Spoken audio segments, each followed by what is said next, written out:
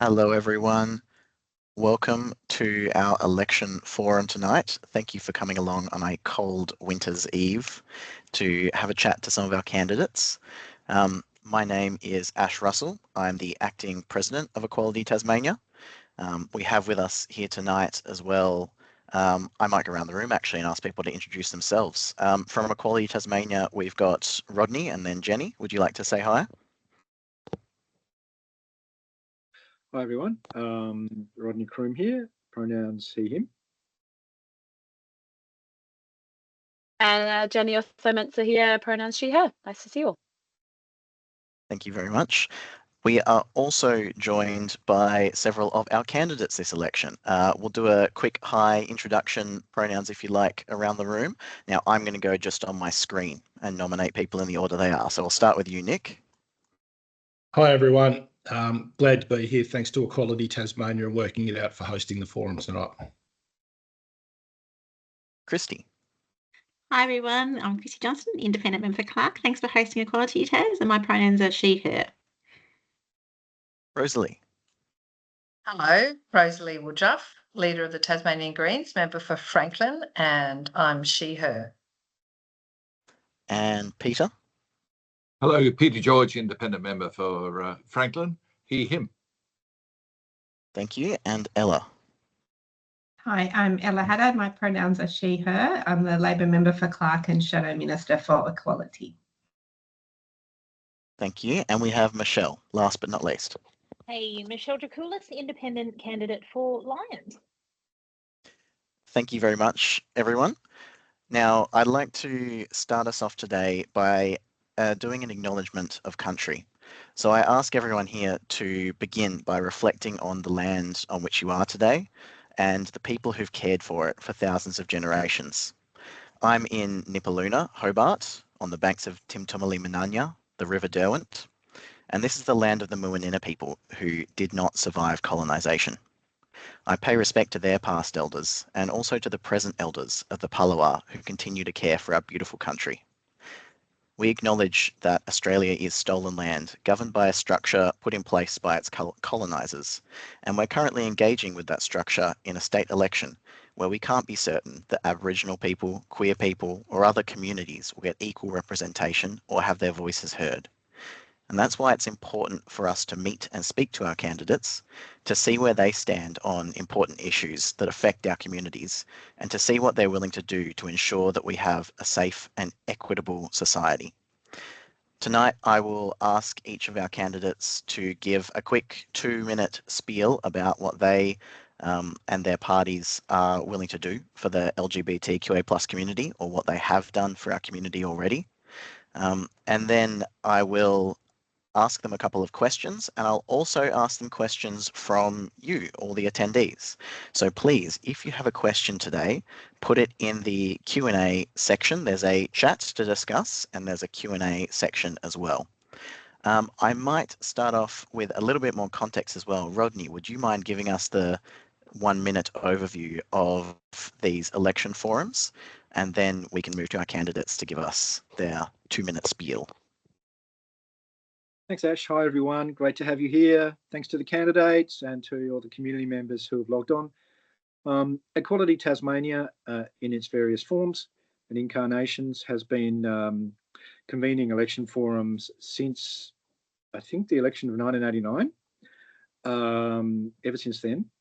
And the reason we do that is because we want to give candidates and parties an opportunity to explain what they're doing for our community, and community members an opportunity to ask questions. So that community members are informed about, which candidates and which parties are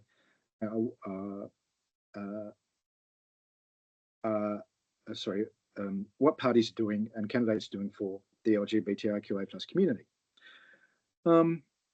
We also every election do a survey of candidates and parties, and the survey results are on our website. We'll put the link in the chat so you can go and have a look at how people have responded to our survey.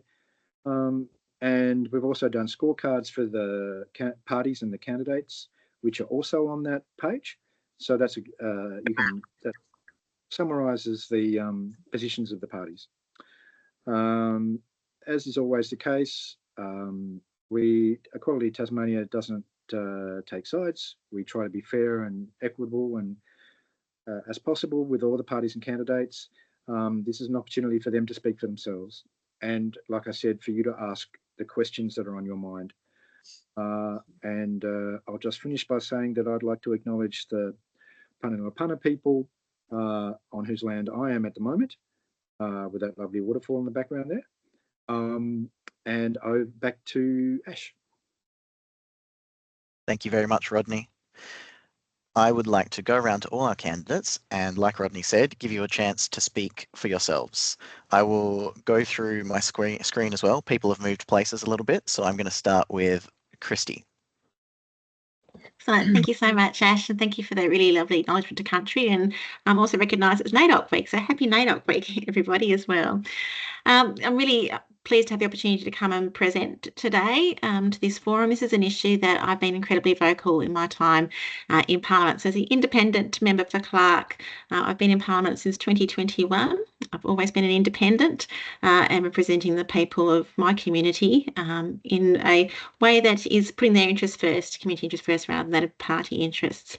So I've been very vocal, as I said, on the front of LGBTIQA+ issues, and I've enjoyed working with Rodney, Ash, and Rowan and others at Equality Tasmania over a number of issues. One of the key things that I've been working on is around conversion practices, and acknowledge that there's been some cross-party collaboration with that across particularly the Greens and other independents that are interested in this particular issue. The ban on conversion practices. I've also been very active and interested in working on a bill relating to intersex surgeries, and to look at how we can ban those and to ensure that babies are treated with the dignity that they ought to be treated, and only life-saving surgeries conducted, and acknowledge that I've been working with Nick on that across the party. One of the other things I'm probably most proud about, though, in the recent term of Parliament, is my work that I've done in establishing an inquiry into discrimination and bullying in Tasmanian schools.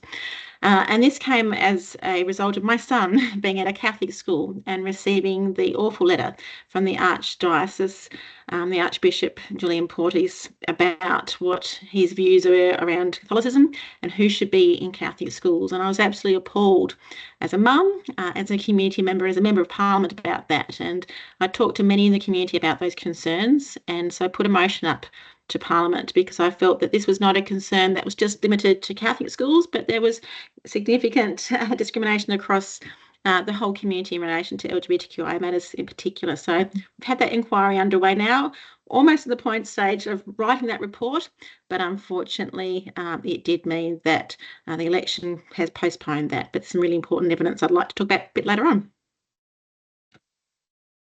Thank you, Kristie. Thank you, Jenny, for being our timekeeper as well. Good timing. Next on my screen, we've got Michelle.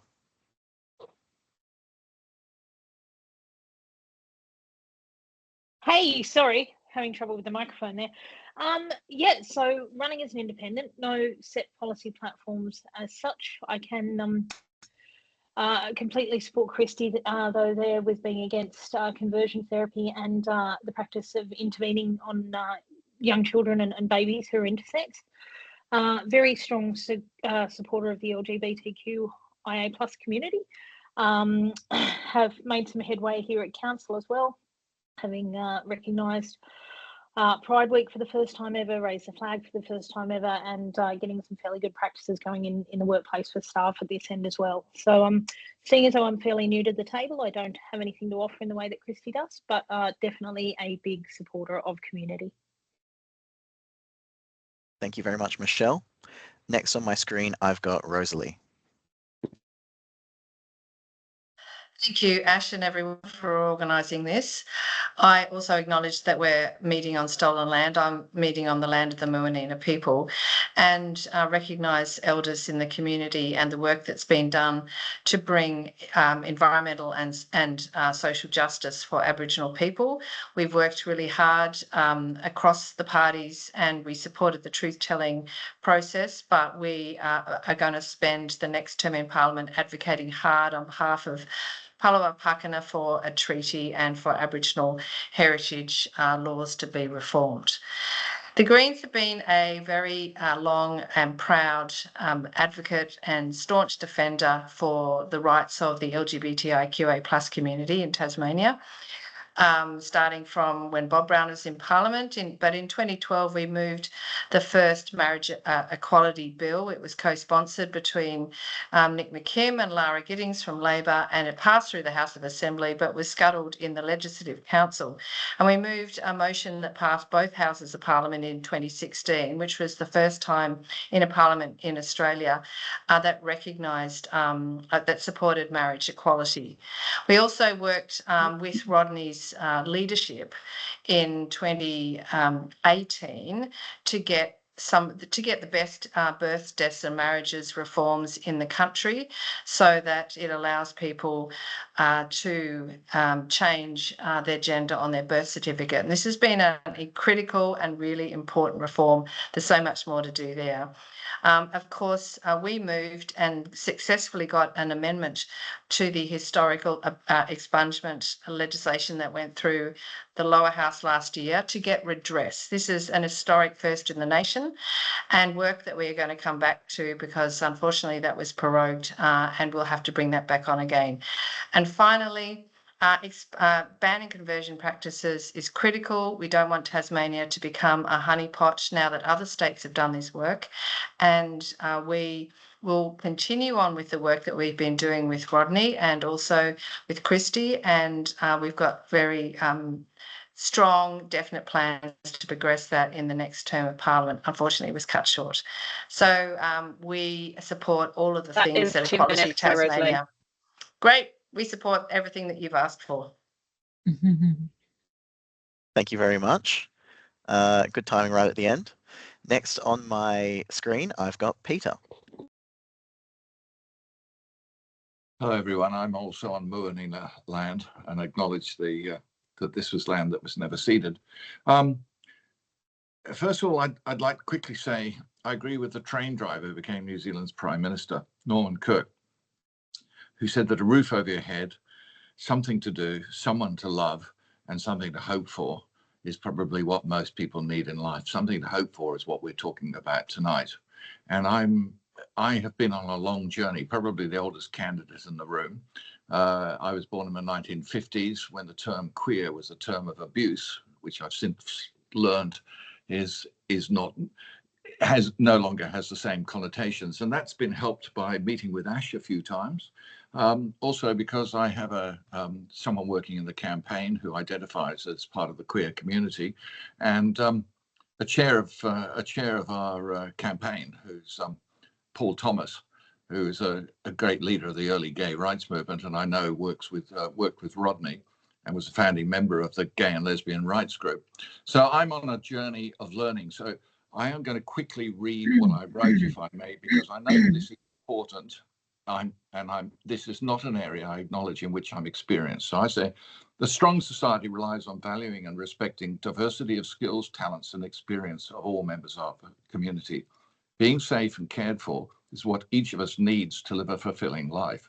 Thanks to Equality Tasmania, I've been taken on a journey to a more comprehensive understanding of the specific issues that members of the community face day to day.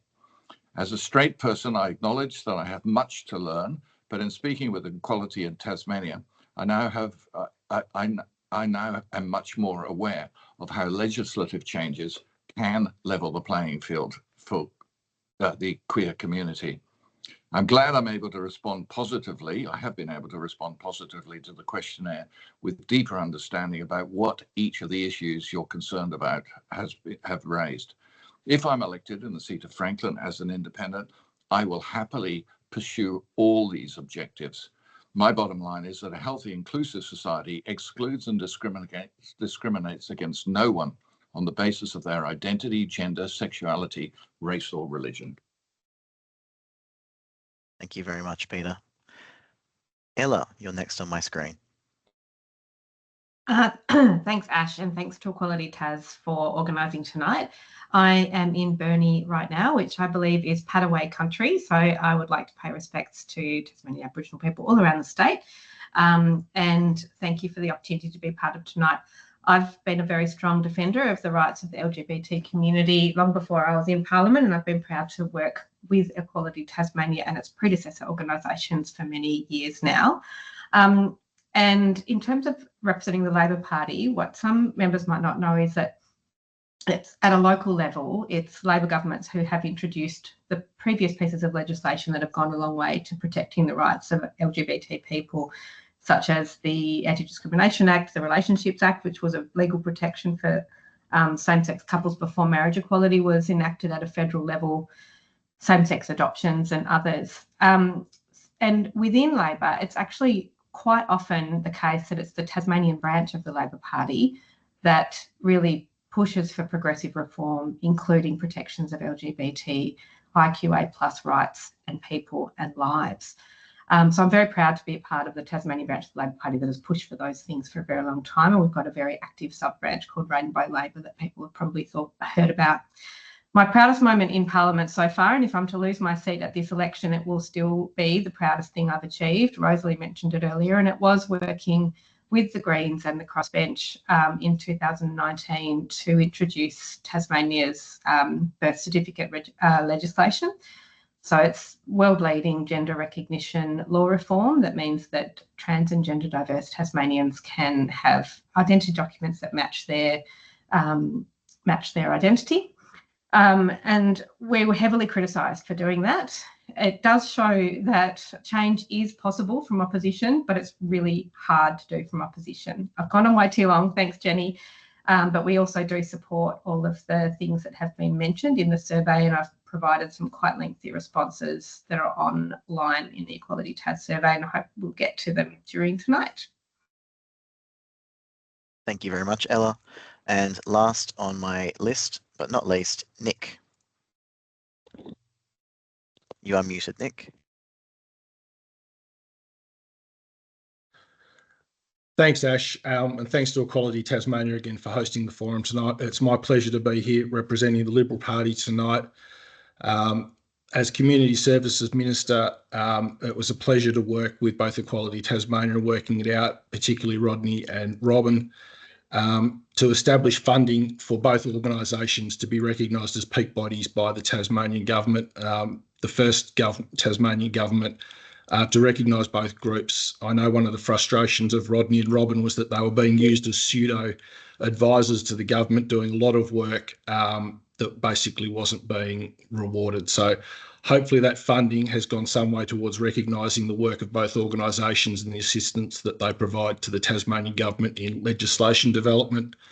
That funding's ongoing. The last budget committed $500,000 to the LGBTIQA community and to a number of different programs. We were the government that funded the first survey of the LGBTQIA community as well, and the results from that have led some of the work that the government's done as well. I know that the conversion bill that's been tabled in Parliament has received a lot of feedback. That's feedback that has been received by the government and will lead to more work on that particular bill. We also tabled another piece of legislation before the proroguing of Parliament in terms of the Sentencing Act as well. Obviously, that's work that we'll have to come back to. But the government did agree with the recommendations of the Gender and Equality Committee around redress as well that Rosalie mentioned, and it was a pleasure to be a member of the committee, the Gender and Equality Committee, that made those recommendations as well. Thank you very much, Nick. Thank you to all of our candidates for giving us your words on what you've done or what you're willing to do. I think we'll now move through a set of questions. So I'll start us off with a question, but we're also having questions come through the chat and the Q&A. Feel free to keep putting them there. The first question that we had from a community member might roll into the question I want to ask. So I wanted to ask, Tasmania risks becoming the last state to ban conversion practices. Additionally, we've waited a quarter of a century for sentencing laws that allow harsher penalties for LGBTQA+ hate crimes.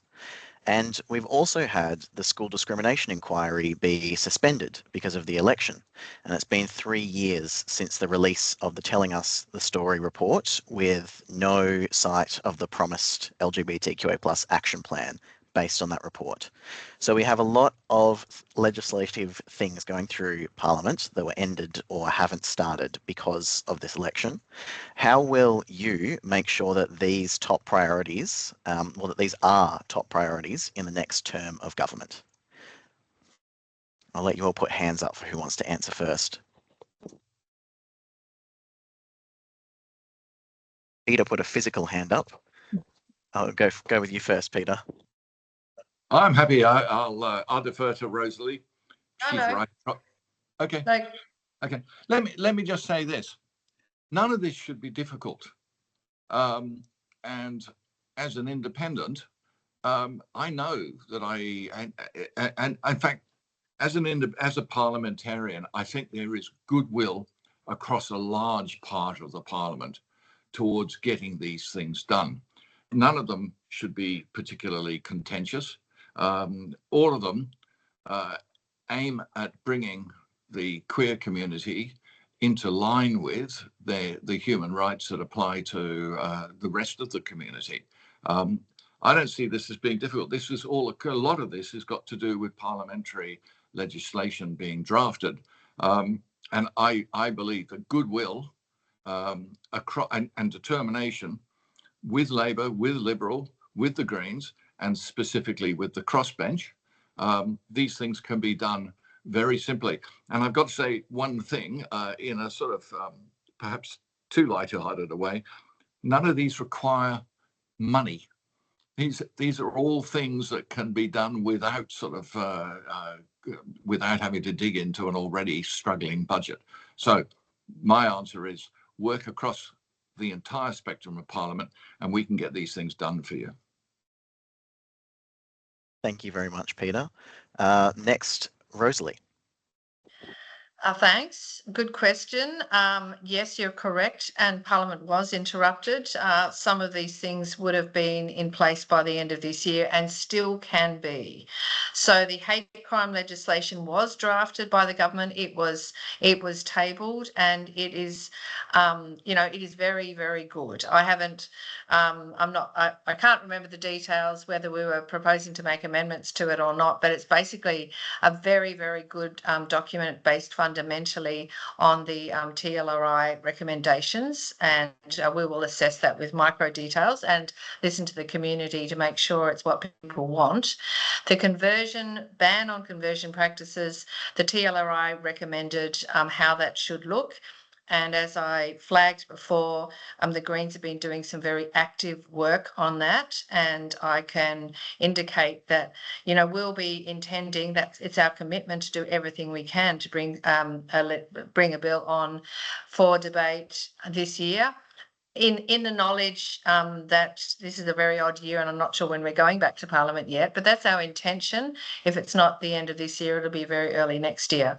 And the other piece of legislation that was discussed was an LGBTI Inclusion Act. That is a deal of more work. It is theoretically a simple matter. There is a Disability Inclusion Act. It will require more work, but we're really committed to doing that work and working towards that goal as soon as possible. And I can't remember the third one you talked about, Ash, but someone else will mention it. And I just wanted to say, it's been a real pleasure working with Ella, with Kristie, with Nick across the Parliament, and I believe there is a lot of support in the current Parliament to get this sort of legislation passed, and we're really hopeful that the next Parliament will have even more people with progressive values who'll be committed to doing that, and that we'd have the numbers to be able to do that in the House. Thank you, Rosalie. Next, we've got Kristie. Yeah, thank you. I agree with Rosalie's sentiments there at the end, and she's given quite a comprehensive list of all the things that can happen, but also to add around the discrimination inquiry, which was almost at the report writing stage, and unfortunately when Parliament was prorogued for the election. So what I would want to see, and I think it probably would have, without speaking for everyone, cross-party and independent support, is to reinstate that immediately after the election when all the other committees are reinstated. It's incredibly important work that gets done urgently. From the evidence that we heard during the hearing, young people's lives are at risk if we don't call out the actions that we're seeing in some Tasmanian schools. So I would hope, and I'm sure that that would be something that would be supported across the Parliament, is an immediate reinstatement to the discrimination inquiry so that they can bring an end to that really important work and report on significant recommendations. There's also work following from that inquiry that needs to be conducted in relation to the actions of Catholic Education Tasmania in particular, and their treatment of staff and students around discrimination. That needs to be followed up by external bodies, including the Anti-Discrimination Commission and others as well. So that is urgent work that needs to start immediately as soon as the Parliament resumes. Thank you, Kristie. We definitely agree that's urgent work, hence the question. Next on my screen, I've got Ella. Thanks, Ash. And I think what people are going to hear is a lot of agreement across the Parliament tonight, and I think that's a positive thing. Rosalie mentioned it as well. There are a lot of progressive people in our Parliament who are working hard together to progress these things, and Labor is committed to legislating on the things that you mentioned in the question and from the members of the public, Ash, that indicated those questions. First of all, the conversion practices bill that was tabled, well, it wasn't tabled, sorry, the consultation draft we're not satisfied with as a party. I think that it's dangerously drafted and would potentially lead to conversion practices in some ways being sanctioned in Tasmania, and could actually make us a haven for these destructive practices that inflict enormous and lifelong harm. So I'm relieved to hear that there's action happening in the Greens and with Kristie for something better. And if Labor is elected, we're committed to scrapping that consultation draft that was released by the Libs and start again and draft a bill that would actually truly ban conversion practices, because we know they do still happen in Tasmania, even though plenty of people tried to deny that that's the case. We're also committed to an Inclusion Act, but also importantly to a Human Rights Act. That's been Labor policy for a very long time. Judy Jackson, the former Attorney General, Labor Attorney General, who introduced the Relationships Act and the Anti-Discrimination Act, she was the attorney when the original piece of work was done by the TLRI, and I'm sure she wouldn't mind me sharing that one of her big regrets about when she retired is that she didn't get the act done. And in some ways she wishes she'd stuck around for one more term to legislate, because it's kind of sat on the back burner of every government since. So we are committed, that remains Labor policy, to introduce a Human Rights Act. I did just want to also comment on the Sentencing Act. The Liberal Party has tabled a good bill which would amend Section 11B, I think it is, of the Sentencing Act. So in a nutshell, not to get too boring with the in the weeds of this, but what that section does is allows a judge or magistrate to consider racism as a motivating factor for a crime. So they propose to add in other protected attributes, including transphobia, homophobia, disability discrimination, and so on. That's a good thing. It means that a judge or magistrate is able to, at the end of the sentencing and judicial and justice process, look at what the motivations for that offending was way back when the crime was committed. But what we're committed to is to make that change, but also to go further and introduce new offences in the Police Offences Act and the Criminal Code, which would allow police to have at their disposal, in their toolbox, if you like, the opportunity to actually charge someone for an offence that recognises that hateful motivation if it's known. So if it's very clear that the reason that somebody was assaulted or the reason that a business was broken into or vandalised was because of racism or homophobia or transphobia or disability discrimination, then that can actually be recognised at the time of charge as well. Thank you, Ella. Next, we've got Nick. Thanks, Ash. So just quickly, in terms of the strategy, I know the frustrations around the delay in the release of that. It was due to be released before June 30th when the election was called. a re-elected government, a Liberal government, will release that strategy within the first 100 days of government. Again, in terms of the legislation that's been tabled in Parliament, without getting into the weeds, as Ella said, there is a mechanism to basically re-establish all of the legislation that has been tabled or has been partly progressed through the previous Parliament, to basically reinstate all of that work when we come back to Parliament as well. And I would hope that that would certainly be the case with the Sentencing Act. I'm glad to hear that both Labor and the Greens are and Kristie as well, are supportive of that particular work. In terms of conversion therapy or conversion practices and banning them, we're committed to the banning of conversion practices. We know that there's some disappointment and some frustrations with the bill that was put out for consultation. And as I said in my opening statement, I know that we need to work through that. And a re-elected Liberal government is open to a conversation about an Inclusion Act as well. Thank you, Nick. And last for this question, we have Michelle. Hey, so as I said before, I've not had my feet under the table. I've not been in the room yet. Very supportive of the bills as they're being drafted, but would be keen to scrutinise them, obviously, before supplying support. Probably the one thing I wanted to flag from my little space outside this table so far is the messaging that we're all putting out as public figures when it comes to these items. I can say with hand on heart that the marriage equality campaign was one of the most difficult and challenging and heartbreaking things I've ever participated in. So I think that while these wonderful things are happening in the parliamentary space, the narrative that we're pushing, externally needs to reflect that as well, and not be something that we're sort of putting through in the dark of night. So that's probably all I've got to contribute. Thank you very much, Michelle. I appreciate everybody answering that very long question. Now, I want to call on some of the people who have attended today to ask some questions, as we've been getting some great ones in the chat. I'm just going to unmute Andrew Badcock to ask a question. And I would also ask everybody to answer this one a little bit more succinctly, as it should be a shorter question, so we can get through more. Andrew, are you able to? Yes, hello. My question is, will you support funding a dedicated mental health service for LGBTIQA plus Tasmanians, which already has a model design that was commissioned by the Department of Health back in 2023? And just to note that a lot of that came out of the Tasmania's largest LGBTI community survey, where they identified this as a priority area by the community. Thank you, Andrew. Who'd like to answer our question on funding? Kristie, hand up first. Hey, thank you. So as an independent, I'm not in government and I can't promise funding, but I absolutely support an inclusion of that in the budget. And I think it needs to extend further, not just to a mental health unit, but also to fund give greater funding to the important organisations like Working It Out, who work in that space in our schools as well. So I'm very keen to see that extended in all forms. Thank you, Kristie. Ella? Thanks, Andrew. It's such an important question, and I want to start by recognising that in almost every survey that is done of the LGBT community, health comes up as a number one issue, but specifically health services that are dedicated for the community.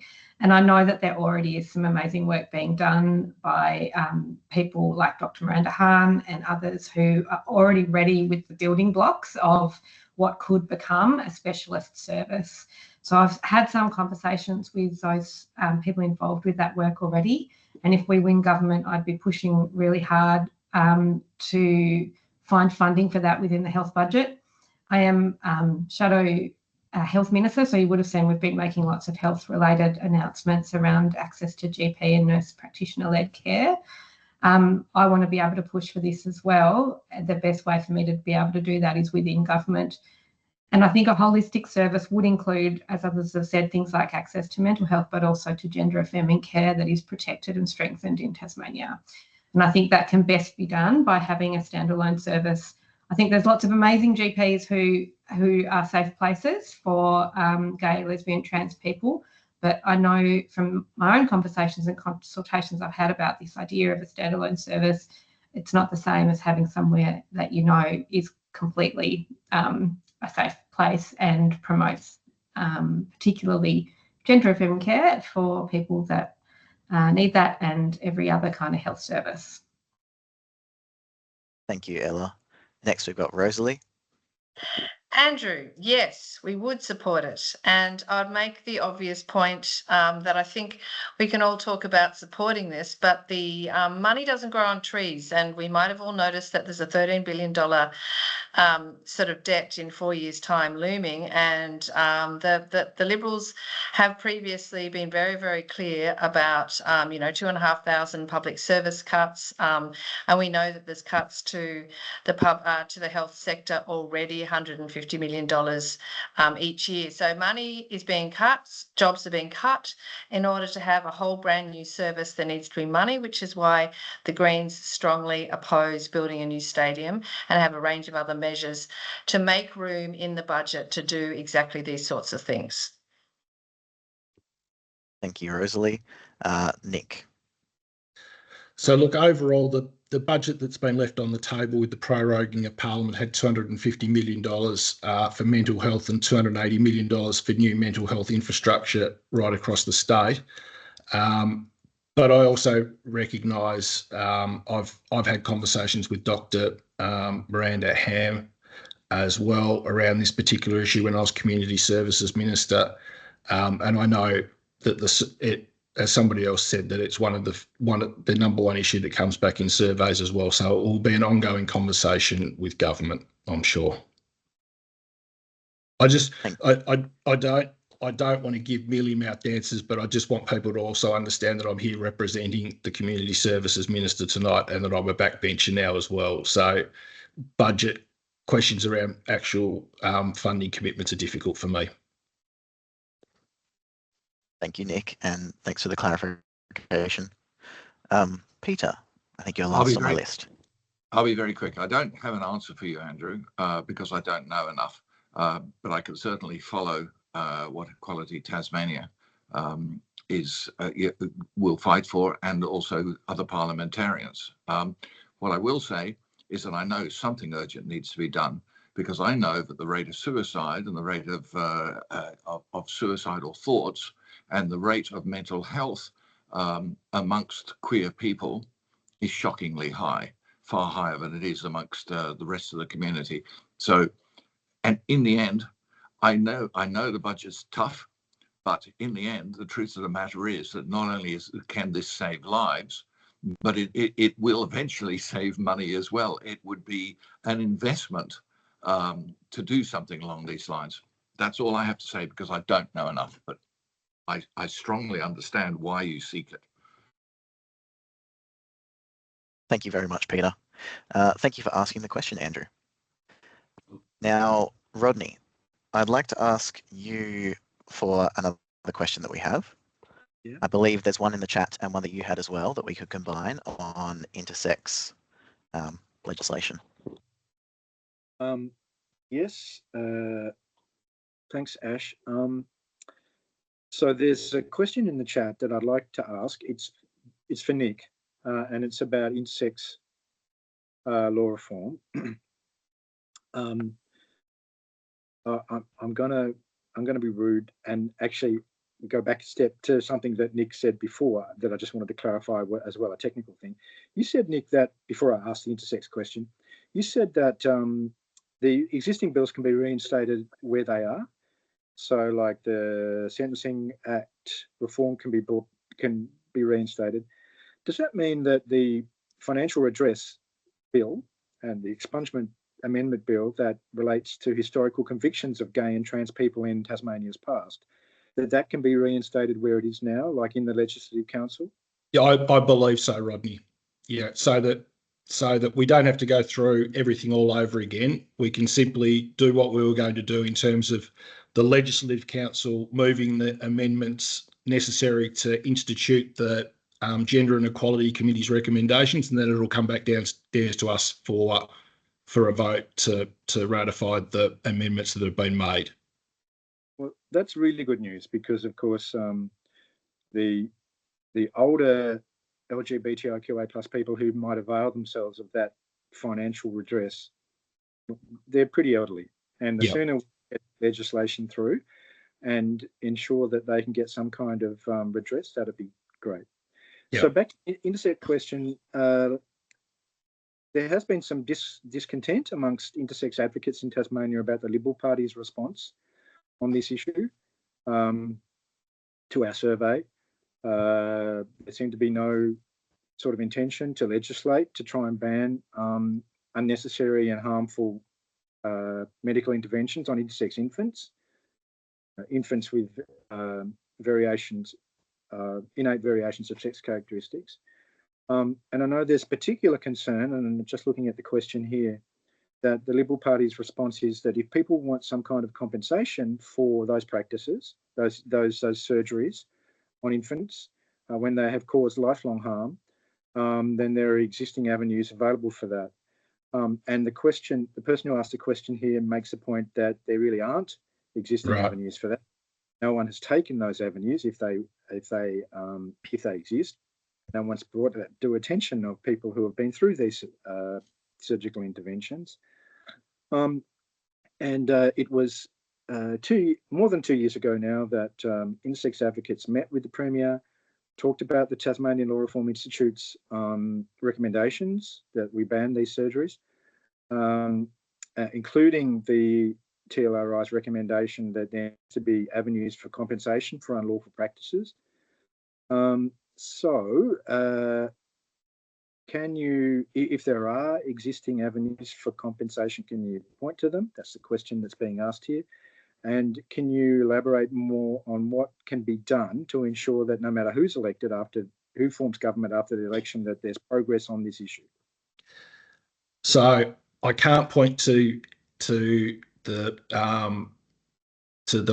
ways that you're talking about. That's a question that I'll have to take on notice. I saw the Premier's response to the questions that went out, that he didn't specifically talk about legislation.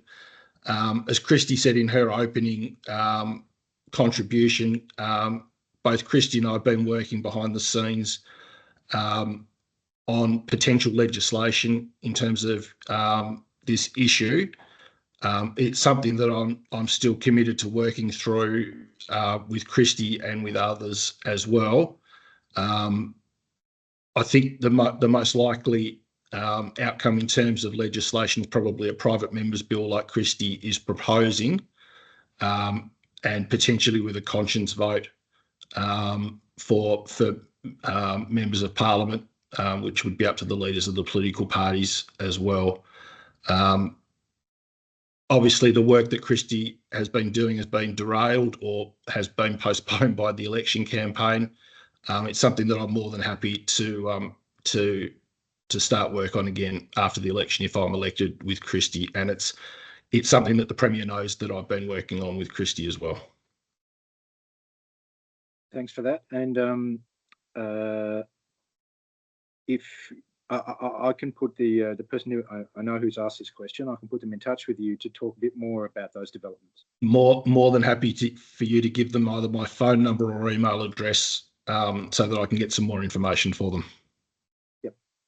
Thanks, Nick. Thank you, Nick. I can also see, Kristie, that you put your hand up. Did you want to respond to that? Yeah, look, I just point of clarification. So, I've been working with Nick on a private member's bill and recognise the work that Nick's doing there as a backbencher and a private member to bring that and the requirement for a conscience vote on this.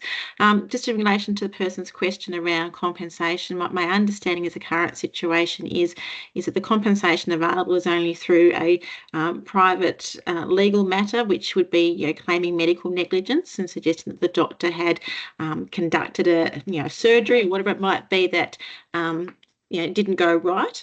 That is not adequate, though, for this kind of situation, because what we're talking about is an assault rather than a medical negligence claim. So what we would need to see with any legislation moving forward is that their compensation for an assault, for start, we want to prevent these surgeries from happening, but if they were to happen, and for those who've had it happen to them, there's recognition that there's been an assault and a non-consensual surgery conducted that's not life-saving. So there needs to be compensation available for that, not just outside the existing scheme at the moment. Thank you for adding the clarification. I would like to, unless anyone else wanted to jump in on that, I'd like to move to another question.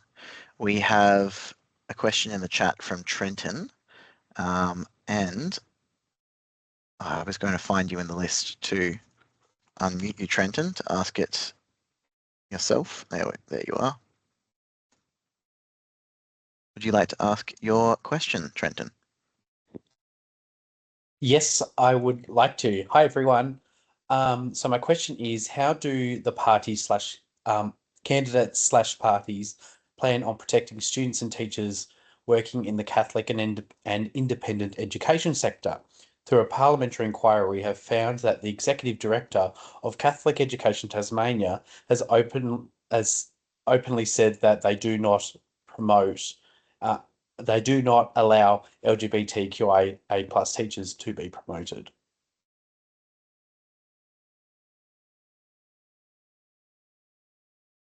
Pick off the rank again, Kristie. Thank you. This is a real issue that I'm very passionate about, and it was absolutely horrific to sit through that inquiry and hear that evidence from the Archbishop that they actively discriminate in their employment practices.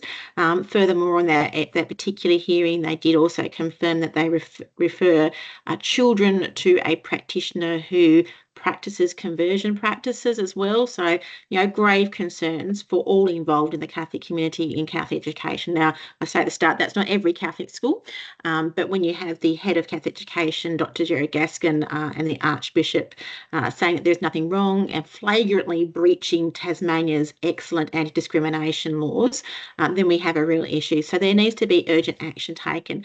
That action that ought to be taken from a number of bodies, including the Parliament. So first of all, though, the Non-Government Schools Registration Board is responsible for registration of Catholic education schools.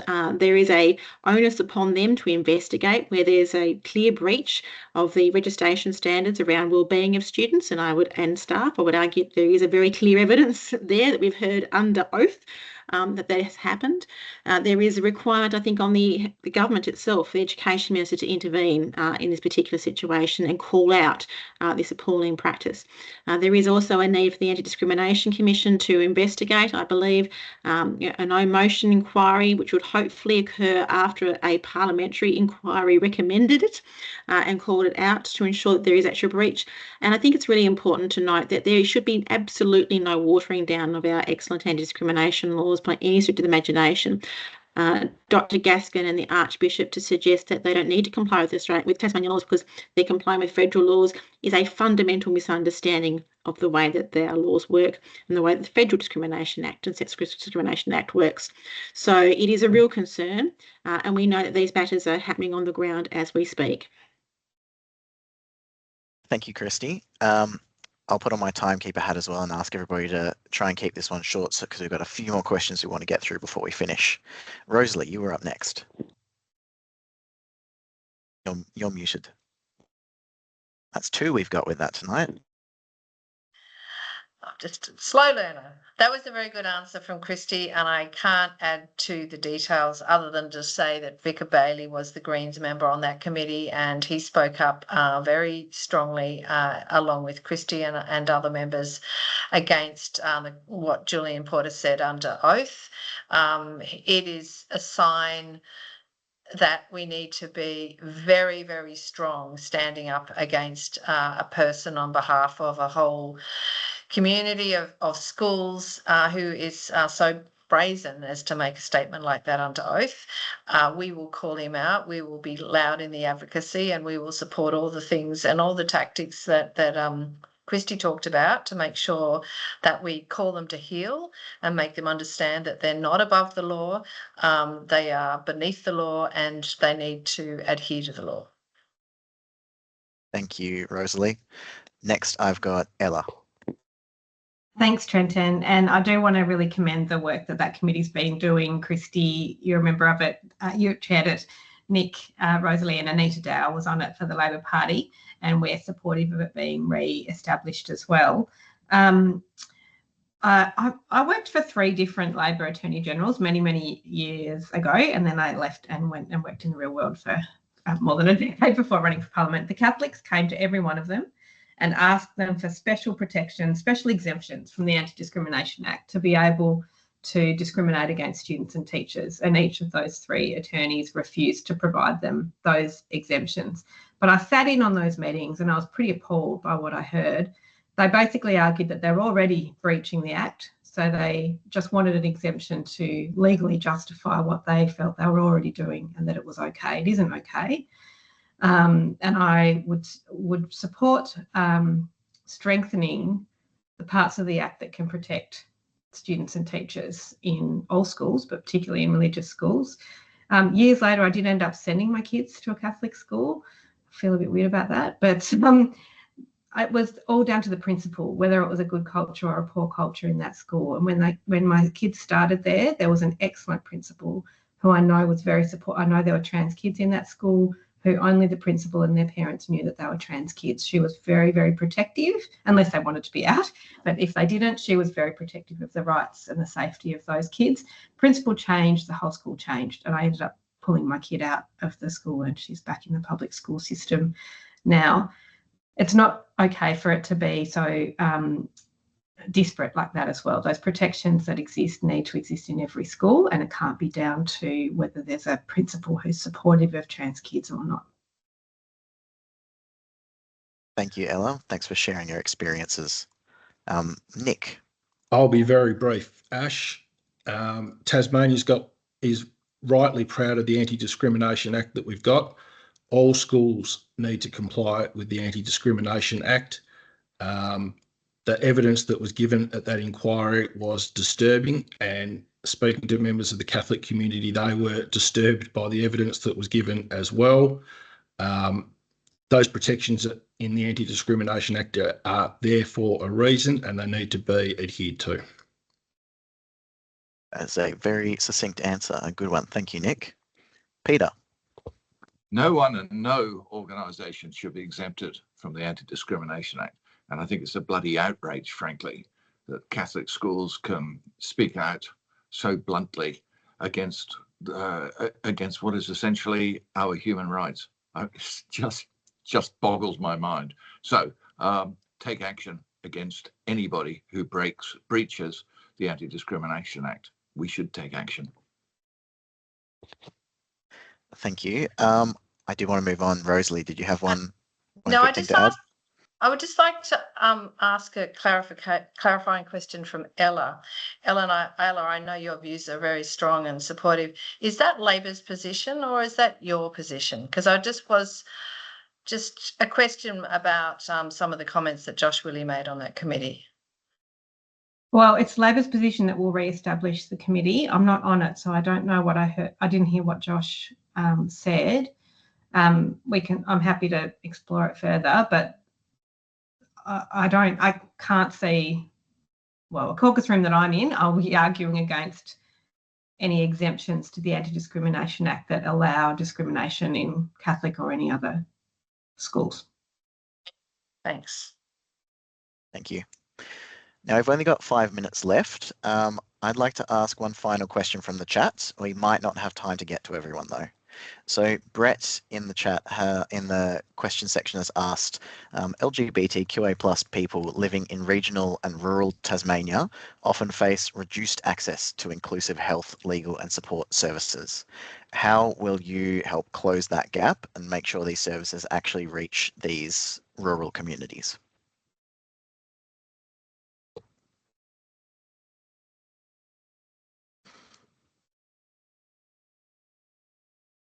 This is an issue. Oh, sorry. I feel like that was the same. Sorry, I forgot to put. Yeah. You go first, Nick. No, go. Okay. I forgot to put my hand up. Oh, no, that's okay. Thank you. I don't know who asked that question. Sorry, Ash, I missed their name at the start. Brett. Thanks, Brett. Yeah, it's a really big issue. And while we're a small state, we're a hard state to get around. Transport is a huge issue. And healthcare that is provided in the regions, although we have made some very firm commitments around increasing access to healthcare around the state, I would like to see an increase in access to LGBT-specific healthcare. If we are successful in managing to get that medical service that we talked about earlier up and running, I would want to be able to see that service provide telehealth services or outreach services. And it also comes down to funding as well, which I know is really tricky in a budget crisis environment. But organisations like Working It Out, for example, do outreach to regional communities with the work that they do in schools and with community, but they're not funded enough to be able to really get those services in and around every corner of our state. Similarly, organisations like Women's Health Tas and others who provide a statewide service but aren't adequately funded to be able to get that right around the state. I think there needs to be, and what we've kind of said we'll do is not only commit to longer term funding agreements for community services organisations, but do a whole kind of holistic look at the adequacy of core funding agreements and what organisations are actually being required and requested to provide on behalf of government and how well they're actually able to achieve those aims with the funding that they've been provided. I don't know if that's answered every part of the question, but I think outreach is really important in Tassie because it is so hard to get from town to town. Thank you, Ella. Nick did speak next, so even though the hand order's off, I'll go to Nick next. Thanks. Look, just to say that this is an issue for all health services, not just for the LGBTQIA community. Like Ella said, we've got a decentralised population. We need to make sure that organisations are correctly funded to provide services, not just in suburban, in the cities, but to be able to reach out to communities as well. And that means using technology better to reach these communities as well, but making sure, like Ella said, that they've got the appropriate funding to make sure that they can deliver these services statewide as well. Thank you, Nick. Kristie? Yeah, thank you. So I think the question also went to legal services as well from memory there, Ash, and health services, and obviously Ella and Nick have touched on health services. Look, what every report, every committee recommendation talks about is the fact that these health services need to be out in our regional areas and remote areas, and they need to be dedicated LGBTQIA plus services as well, recognising the special needs and unique needs of community as well.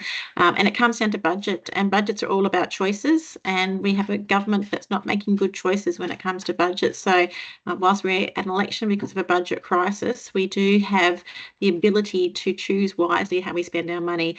And it is a no-brainer when we're following committee recommendations after committee recommendations, after expert recommendations, after community recommendations, to be putting funding where it's deserved, and that's in the regional remote areas and dedicated services.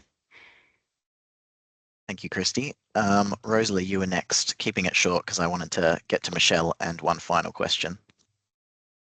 Thank you, Ash. Well, one of the asks of Equality Tasmania was a strategy and action plan for LGBTIQA plus people, and we support that. And one of the tasks that I would expect would be to work out what is the appropriate service delivery to regional and rural, very rural and remote communities in Tasmania. There are many different models that can work. They can, you can have individual people in every community, or you can work with the existing services that are there, like community health services, neighbourhood houses, and bolt on specific LGBTIQA plus services through the things that they already deliver. I think it needs to be bespoke for each region, and it shouldn't just be one size fits all. We need to, because communities are very local, and we need to understand what local areas need. So we would support doing a comprehensive plan and looking at the different needs for each area. And obviously the money needs to flow, which we've talked about before, and the Greens have got a commitment to how we would make the money flow to these sorts of services.